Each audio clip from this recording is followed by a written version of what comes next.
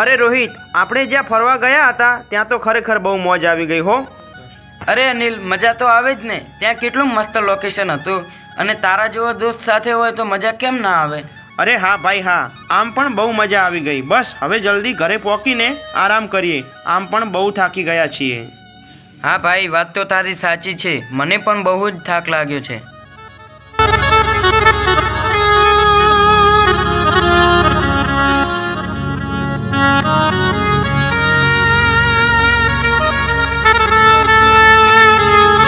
અરે રોહિત, તું 1 મિનિટ ઊભો રહે.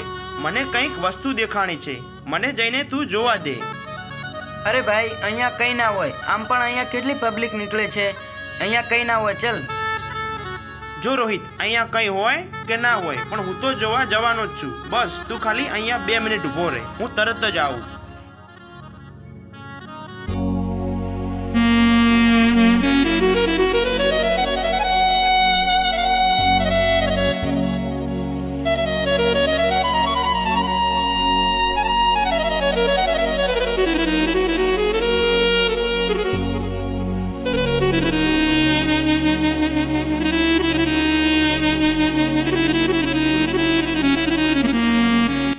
અરે, આટલો કિંમતી હીરો અહીંયા ક્યાંથી?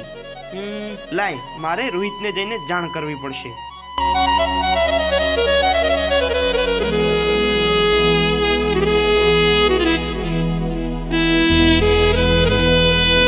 અરે ત્યાં ગયો હતો, શું લઈને આવ્યો? અરે યાર, અહીંયા કંઈ ના મળે. મારી વાત માનતો જ નથી. ચાલ ઘરે.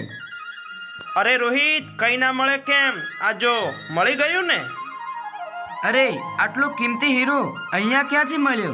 મને તો હજુ પણ વિશ્વાસ નથી થતો કે આટલો મોંઘો કિંમતી હીરો અહીંયાથી મળે. મને તો હજુ એ સપના જેવું લાગે છે. અરે રોહિત, આ કોઈ સપનું નથી, એકદમ રિયલ છે. બસ તું અત્યારે ચાલ ઘરે. હું તને ઘરે જઈને બધું સમજાવું.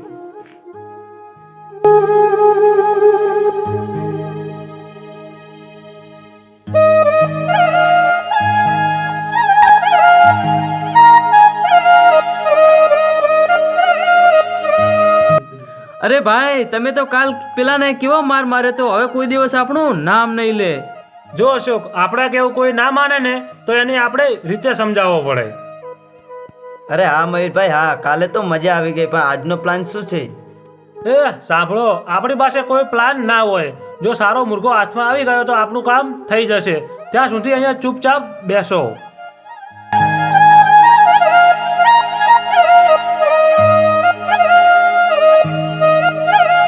અરે અનિલ, ચાલ, મારું ઘર આવી ગયું. હું ઘરે જાઉં છું. અરે રોહિત, ઊભો રે ઊભો રે. ઘરે ક્યાં જાય છે? આ હીરો મળ્યો, એનું કંઈક તો કરવું પડશે ને. અરે હા હા ભાઈ, ચાલ તારા ઘરે જઈએ. અરે ભાઈ, આપણે અહીંયા ક્યારના બેઠા છીએ, હજુ સુધી કોઈ મરઘો આવ્યો નથી. લાગે છે હવે ગામમાં ચક્કર મારવા જવું જ પડશે. અરે હા મયુરભાઈ, હા અહીંયા આમ પણ આપણો ટાઈમ બગડે છે, ગામમાં જવું જ પડશે. હા, ચાલો ચાલો, હવે વાત કોની જોવો છો?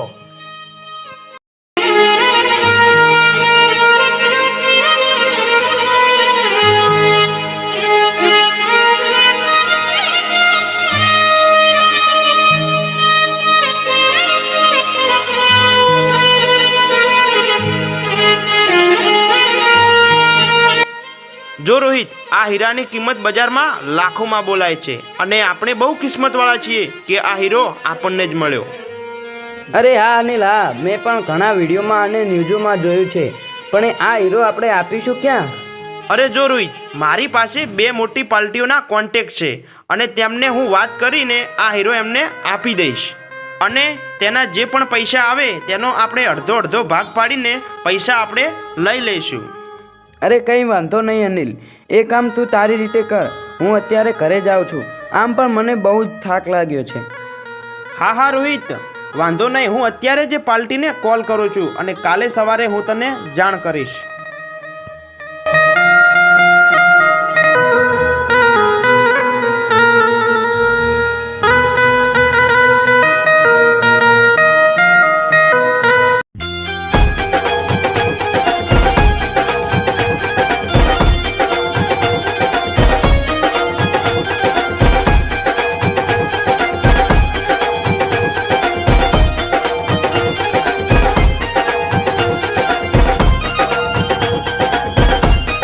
એ સામે પેલો માણસ આવે છે, લાગે છે મજબૂત, ગળામાં સોનાની ચેન અને પાછળ બેગ છે.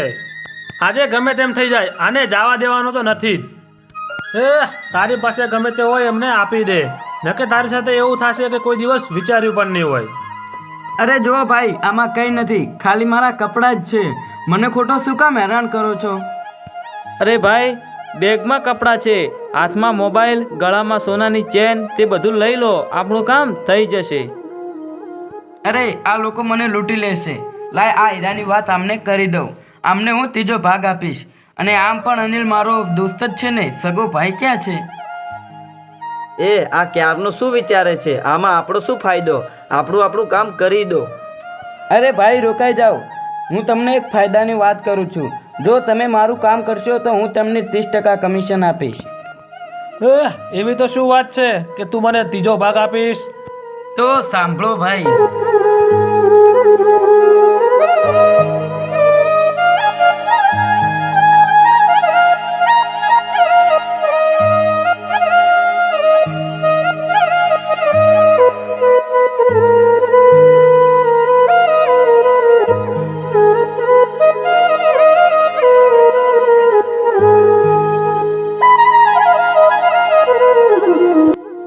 જો વાત તો તારી સમજી ગયો અને તારું કામ પણ થઈ જશે.